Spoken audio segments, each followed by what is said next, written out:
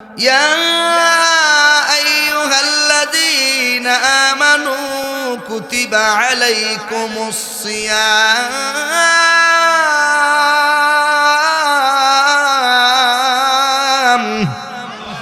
كما كتب على الذين من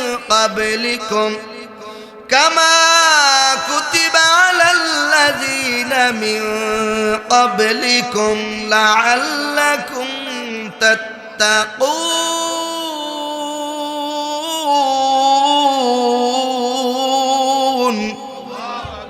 রমজানের রোজা কেন দেওয়া হয়েছে? আল্লাহ বলেন তোমরা যেন তাকওয়া অর্জন করতে পারো, আল্লাহ ওয়ালা হতে পারো, জান্নাতি হয়ে যেতে পারো। হযরত উমর ইবনুল খাত্তাব হযরত উবাই ইবনে কাবকে জিজ্ঞাসা করলেন, উবাই তাকওয়া কি? হযরত উবাই ডাক দিয়ে বলে, উমর শোনা, তোমার জীবনে তুমি কি এমন কোন রাস্তা অতিক্রম করেছো যে রাস্তার মধ্যে ছিল কাঁটা? হযরত উমর রাদিয়াল্লাহু তাআলা আনহু বলে, আমি এমন রাস্তা অতিক্রম করেছি, আমি চলেছি। আল্লাহর নবীর সাহাবী হযরত উবাই রাদিয়াল্লাহু তাআলা আনহু ডাক দিয়া বলে, এ উমর, ওই রাস্তা কেমন করে তুমি অতিক্রম করেছো? হযরত উমর রাদিয়াল্লাহু তাআলা আনহু বলে, ভাই উবাই শোনো, ওই রাস্তার দুই পাশে কাঁটা আছে, ওই রাস্তাটা আমি এমন ভাবে অতিক্রম করেছি, এমন ভাবে রাস্তায় চলেছি আমার গায়ে যেন একটি কাঁটাও লাগতে না পারে, ওই রাস্তাটা এমন ভাবে আমি অতিক্রম করেছি। হযরত উবাই ইবনে কাব রাদিয়াল্লাহু তাআলা আনহু বলে, ভাই ওমর, এর নাম হচ্ছে তাকওয়া। আল্লাহু আকবার, আল্লাহু আকবার। মানুষ দুনিয়ার মধ্যে চলবে ভাই, মানুষ বাজারে যাবে, এমন ভাবে যাবে বাজারে যাওয়ার সময় গুনাহ হয়, মানুষটা এমন ভাবে বাজারে যাবে যেন তার মাধ্যমে কোনো গুনাহ না হয়, ঠিক কিনা বলেন? মানুষ চিন্তা করবে দোকানে বসলে গুনাহ হয়, দোকানের মধ্যে টিভি আছে না নাই? যারা তাকওয়া অর্জন করতে চায় ভাই, তারা চিন্তা করবে না না এই দোকানের মধ্যে টিভি আছে, টিভি দেখলে গুনাহ হয়, এই দোকানে বসলে বিড়ি খেতে হবে, এই দোকানে বসলে মিথ্যা কথা বলতে হবে, অন্যের বদনাম করতে হবে, গীবত করতে হবে। সুতরাং এই দোকানে বসা যাবে না, টিভি দেখা যাবে না, গীবত করা যাবে না, চগলখুরি করা যাবে না, বিড়ি খাওয়া যাবে না। সুতরাং এই দোকানে বসাই যাবে না। এই দোকানে বসা থেকে, গুনাহ থেকে নিজেকে বাঁচিয়ে রাখার অপর নাম তাকওয়া, ঠিক কিনা বলেন? এর অপর নাম তাকওয়া। আমার আল্লাহ তাআলা বলেন, বান্দা আমার, আমি আল্লাহ তাআলা তোমাকে রমজান দিয়েছি, রমজান, এই জন্য আমি তোমাকে রমজান দিয়েছি তুমি যেন তাকওয়া অর্জন করতে পারো, তুমি যেন পরহেজগার হতে পারো। বলুন, আমরা তাকওয়াবান হতে চাই কি চাই না? আমার ভাইয়েরা, আর তাকওয়া কি? আরেকটি ঘটনা বললে আপনারা সহজভাবে বুঝতে পারবেন তাকওয়া কাকে বলে। তাকওয়া এক কথায় পৃথিবীর কোনো মানুষ দেখে না, আল্লাহ দেখবে। আল্লাহর ভয় দিলের মধ্যে ঢুকানো, কলবের মধ্যে আল্লাহর ভয় ঢুকানোর অপর নাম তাকওয়া। আল্লাহু আকবার বলেন। আল্লাহর ভয় আমাদের আছে না নাই? আরে ভাই, এই আওয়াজে তো হবে না, আরো জোরে বলতে হবে, আল্লাহর ভয় আছে না নাই? কেমন আছে? বহুত। নামাজ পয়রা না নামাজ ছাইরা, সুদ খায়া না সুদ দিয়া? ওই যে খায়া বলে ছাইরা। সুদ খাওয়াও যাবে না, সুদ দেওয়াও যাবে না, ঠিক কিনা? তাকওয়া কাকে বলে? রমজান আসছে, এখন থেকে পাক্কা ওয়াদা করতে হবে, আমি তাকওয়াবান হতে চাই, আমার মাধ্যমে যেন একটি গুনাহ না হয়। তাকওয়া কাকে বলে? আল্লাহু আকবার। আমিরুল মুমিনিন হযরত উমর ইবনুল খাত্তাব, তিনি তখন প্রেসিডেন্ট, তিনি তখন রাষ্ট্রপ্রধান। তিনি তার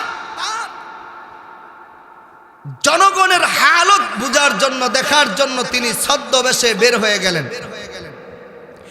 যেতে যেতে বহুদূর যাওয়ার পরে দেখে একটা রাখাল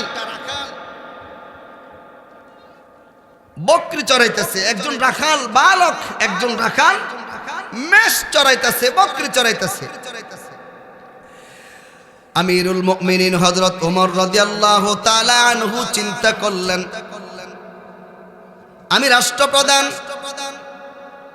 আমি রাষ্ট্রপ্রধান থাকাকালীন আমার জনগণের মধ্যে আল্লাহর ভয় কেমন আছে আমি পরীক্ষা করতে চাই। আল্লাহর নবীর সাহাবী হযরত ওমর রাদিয়াল্লাহু তাআলা আনহু ওই বালককে বলে, বালক, আমি একজন মুসাফির রে বালক, তোমার বকরির পালের মধ্যে অসংখ্য গণিত বকরি আছে, আমি আল্লাহর এক বান্দা মুসাফির, আমাকে একটা বকরি দিয়ে দাও। বালক ডেকে বলে, মুসাফির, আমার মালিক বড় চালাক, আমার মালিক এই বকরিগুলো যখন ঘর থেকে বের করে দেয়, মালিক গনে গনে বকরিগুলো গনে দেয়। এ মুসাফির, আমার মালিক যখন আবার বকরিগুলো নিয়ে যাব, বকরিগুলো গনে গনে ঘরের মধ্যে ঢোকায়। আল্লাহর নবীর সাহাবী হযরত ওমর রাদিয়াল্লাহু তাআলা আনহু ওই বালককে ডাক দিয়ে বলে, বালক, তোমার মালিক এইখানে নাই, তোমার মালিক দেখবে না। এরে বালক, বিনিময়ে তোমাকে আমি কিছু টাকা দিব, তুমি আমাকে একটা বকরি দিয়ে দাও।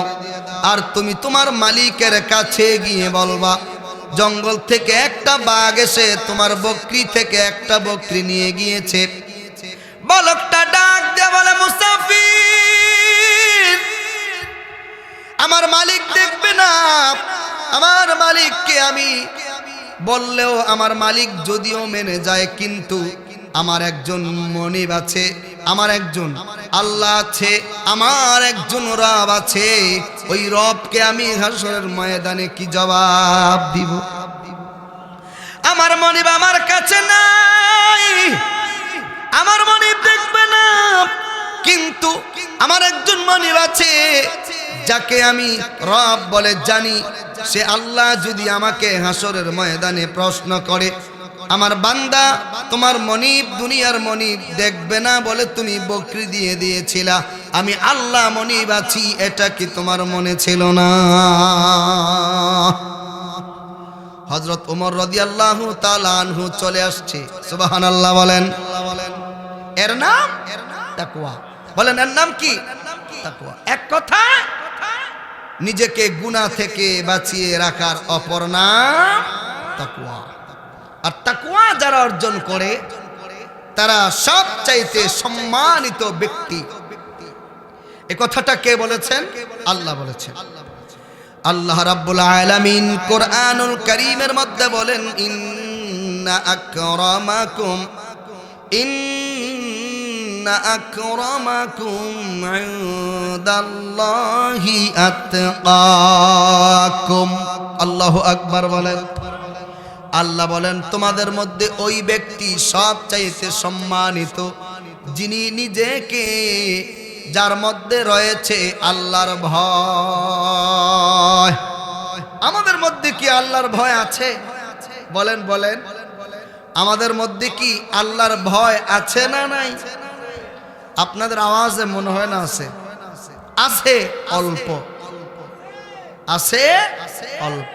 আল্লাহর কসম, কোন ব্যক্তির মধ্যে যদি আল্লাহর ভয় থাকতো, এই মসজিদগুলো, গ্রামের মসজিদগুলোতে ফজরের আযানের পরে একটা জায়গাও খালি থাকতো না, মসজিদগুলো মুসল্লি দ্বারা ভরপুর হয়ে যেত। ঠিক কিনা বলুন? যদি আল্লাহর ভয় থাকতো তাহলে বাজারের মধ্যে দোকান পাহারা দেওয়ার জন্য নাইট গার্ড রাখা লাগতো না। যদি আল্লাহর ভয় থাকতো তাহলে চেয়ারম্যান মেম্বারের কাছে বিচার কার্য পরিচালনা করার জন্য ঘর থাকতো না। সবাই যদি আল্লাহর ভয় অর্জন করত, চুরি হতো না, ডাকাতি হতো না, সন্ত্রাসী হতো না। ঠিক কিনা বলুন? আমাদের মধ্যে আল্লাহর ভয় আছে, মুখে মুখে, দিলের মধ্যে আল্লাহর ভয় নেই। ঠিক কিনা? আওয়াজ করে বলুন ঠিক কিনা? আল্লাহ বলেন আমাকে ভয় করো। বলেন কাকে ভয় করতে বলেছেন? আল্লাহকে।